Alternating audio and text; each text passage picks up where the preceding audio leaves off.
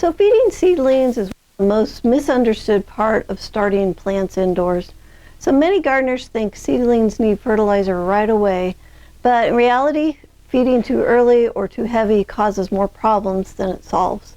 So today I want to show you when to start feeding seedlings under lights and how to do it organically so the plants grow strong instead of stressed. So seedlings are designed to grow slowly at first. So the early growth is about establishing roots and structure, not producing rapid top growth. So when the seedlings are pushed too hard with fertilizer, they often grow tall, soft, and weak. So the first leaves you see are usually the seed leaves, and they do not require feeding. So you want to wait until the seedlings develop their first set of true leaves, those that look like the adult plant, before applying fertilizer. This is the plant's signal that it's ready for additional nutrition. So when it's time to feed, gentle and organic is our goal. So we use diluted organic fertilizers such as fish emulsion, seaweed extract, or compost tea at 1/2 strength.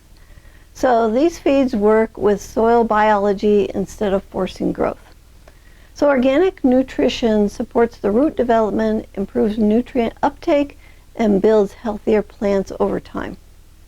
So under lights, it's important to remember that the light controls the growth speed, and if seedlings are stretching, they need more light, not more fertilizer.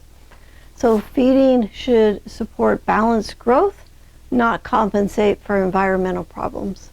Now, if the leaves are pale, this may indicate a nutrient deficiency, but yellowing combined with soggy soil usually points to overwatering instead. So you got to kind of pay attention to, is it too wet and why is it yellow?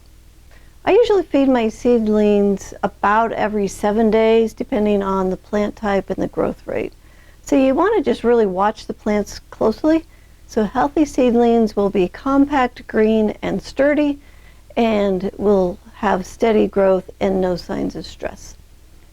So feeding is just one part of the system. When you combine quality seed, living soil, proper light, correct amount of water, and gentle nutrition, your seedlings grow the way nature intended.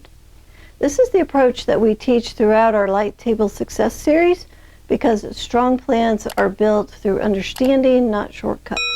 If you want to learn more about seed starting under lights and growing from open pollinated heirloom seeds that are selected for real garden performance, go ahead and visit our website, thelivingfarm.org, and you can find our education and our seed collections there.